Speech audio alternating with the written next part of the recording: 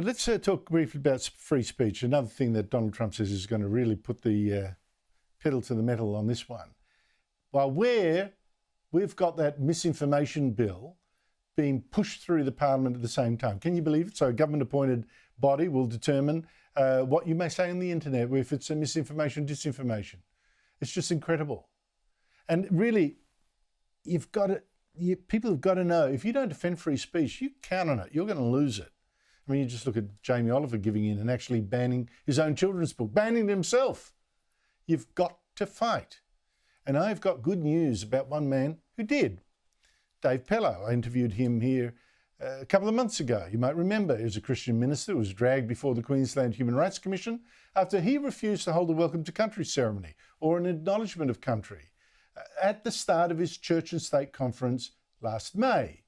And then he told someone at this conference that was because he felt that Aboriginal traditional religion was incompatible with Christianity. Someone complained, one person.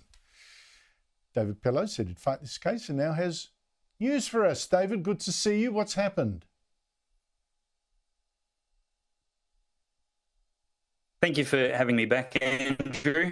Well, since we last spoke, with the Queensland Human Rights Commission, and after that failed, we had something like 28 days to wait for the complainant to decide if an administrative tribunal for evidence and arguments and penalties if found guilty of the accusations.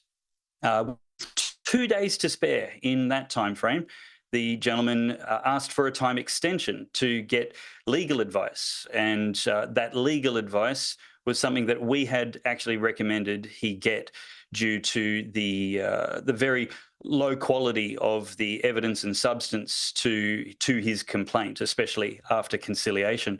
And so that clock was reset for another 21 days. So some 23 weeks after the original complaint was made, the gentleman had the timeline to actually escalate this case or let it go. And he didn't communicate any further, and the deadline passed. And so the assumption is he got good legal advice, which told him there was no basis to his complaint at all and no prospect of victory.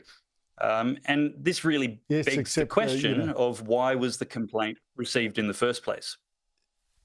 That is a very good point. And the problem is, of course, too, that even when you've got the law on your side and you're defending yourself, your free speech, as I well know, you can lose a lot of money on lawyers and never get it back, even if when you're in the right. Why was it important to you to fight this one? Well, it's always important, as you said, to never apologise to the woke mob.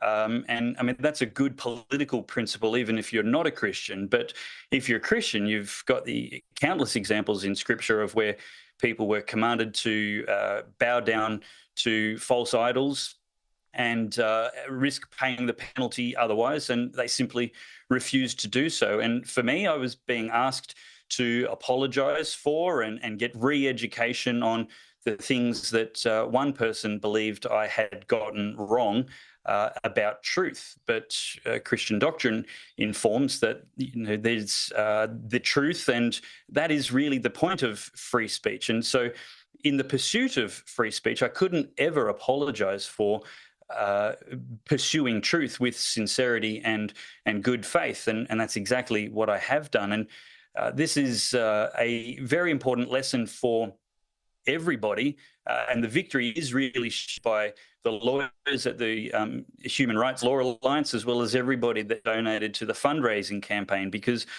we raised probably enough for another dozen cases like mine to be defended. And so the message really is to never give up, because you're not fighting alone. There is right-thinking people like yourself in the media and like the Human Rights Law Alliance and so many people who donated to this campaign to make sure that there is a shield against the sword of government.